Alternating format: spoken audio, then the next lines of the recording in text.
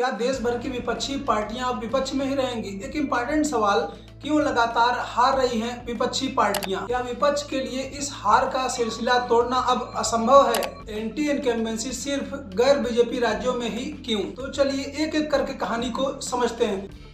दरअसल इस समय देश में भारतीय जनता पार्टी और भारतीय जनता पार्टी के सहयोगियों की कुल 22 प्रदेशों में सरकार है, जिसमें भारतीय जनता पार्टी अपने बलबूते पर 12 राज्यों में उसकी सरकार है, जबकि अन्य 10 राज्यों में भारतीय जनता पार्टी गठबंधन मतलब या कि एनडीए की बहुमत की सरकार है। ऐसा कुछ विशेषज्ञों का मानना है कि भारतीय जनता पार्टी 4M फार्मूले पर काम करती है। सबसे पहले मुसलमान पर जिस प्रकार से आजकल नफरती भाषण दिए जा रहे हैं, जो भारतीय जनता पार्टी के लिए ध्रुवीकरण का काम अच्छे तरीके से कर रहे हैं। भारतीय जनता पार्टी के लिए दूसरे एम का मतलब है महिला, और महिलाओं को भारतीय जनता पार्टी ने अच्छे तरीके से अपने पाले में लाया है, जिससे महिलाएं भारतीय जनता पार्टी के पक्ष में खुलकर वोटिंग कर रही हैं। वहीं पर अलग अलग राजनीतिक पार्टियों के द्वारा, विशेषज्ञों के द्वारा ऐसा भी कहा जाता है, कथित तौर पर जो मीडिया है वह भारतीय जनता पार्टी को लगातार दिखाती रहती है, और जहां कहीं भी भारतीय जनता पार्टी के खिलाफ अगर कुछ होता है तो उसको नहीं दिखाती है, जिससे भारतीय जनता पार्टी के पक्ष में माहौल हमेशा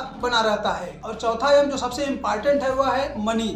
भारतीय जनता पार्टी के पास अन्य पार्टियों के मुकाबले ज्यादा पैसे, ज्यादा फंड है, जिससे वह चुनावी मैनेजमेंट को अच्छे तरीके से कर पाती है। वहीं दूसरी तरफ जिन राज्यों में भारतीय जनता पार्टी की सरकार है और उन राज्यों में जहां पर भाजपा की सरकार नहीं है, दोनों प्रदेशों के मुख्यमंत्री महिलाओं, युवाओं को बेरोजगारी भत्ते, महिलाओं के लिए अलग अलग तरीके से पैसे उनके खाते में डाल रही हैं। लेकिन जब चुनाव होता है तो जो सत्ता पक्ष में जो गैर भाजपा की सरकारें हैं वह चुनाव हार जाती हैं, जबकि जहां पर भारतीय जनता पार्टी की सरकार है, भाजपा सरकार युवाओं को, महिलाओं के खाते में पैसे डालती है। जिस समय चुनाव चलता भी रहता है, मॉडल कोड ऑफ कंडक्ट लागू भी रहता है, एक चरण का चुनाव भी हो जाता है, तब भी पैसे लोगों के खाते में डाले जाते हैं, और उस समय चुनाव आयोग भी मौन बना रहता है। तो क्या इस तरीके से जो देश भर में विपक्षी पार्टियां हैं वह लोग जनता के खाते में इस तरीके से पैसे डिस्ट्रीब्यूट कर सकते हैं, डाल सकते हैं?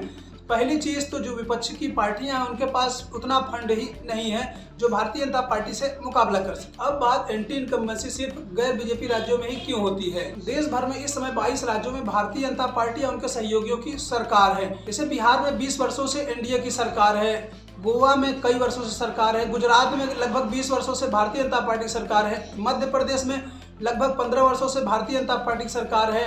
इसके साथ साथ और आसाम में भी कई टर्म से भारतीय जनता पार्टी की सरकार है। सवाल यह है कि एंटी इनकम्बेंसी का असर भारतीय जनता पार्टी की राज्यों में सरकारों में क्यों नहीं दिखता है? चाहे वह गैर भाजपा शासित राज्य सरकार हो, हर जगह बेरोजगारी का मुद्दा हावी है, हर जगह सभी स्टेटों में दलितों के ऊपर हमले हो रहे हैं, चाहे वह गैर भाजपा हो या भाजपा हो, सड़क हो, पुल हो, लगभग सभी राज्यों में गिरती रहती हैं, टूटती रहती हैं, हादसे होते रहते हैं। चाहे वह महिलाओं के साथ यौन शोषण का मामला हो, गैर भाजपा हो चाहे भाजपा, हर राज्यों में होता रहता है। तो गैर बीजेपी राज्यों में ही एंटी इनकम्बेंसी का असर क्यों दिखता है? आखिर में फिर वही सवाल, क्या विपक्षी पार्टियों के लिए भाजपा से जीत पाना असंभव है? आप सभी लोग क्या सोचते हैं? कमेंट करके अपनी राय जरूर दें। और क्या कारण है जिससे विपक्षी पार्टियां भारतीय जनता पार्टी से मुकाबला नहीं कर पा रही हैं?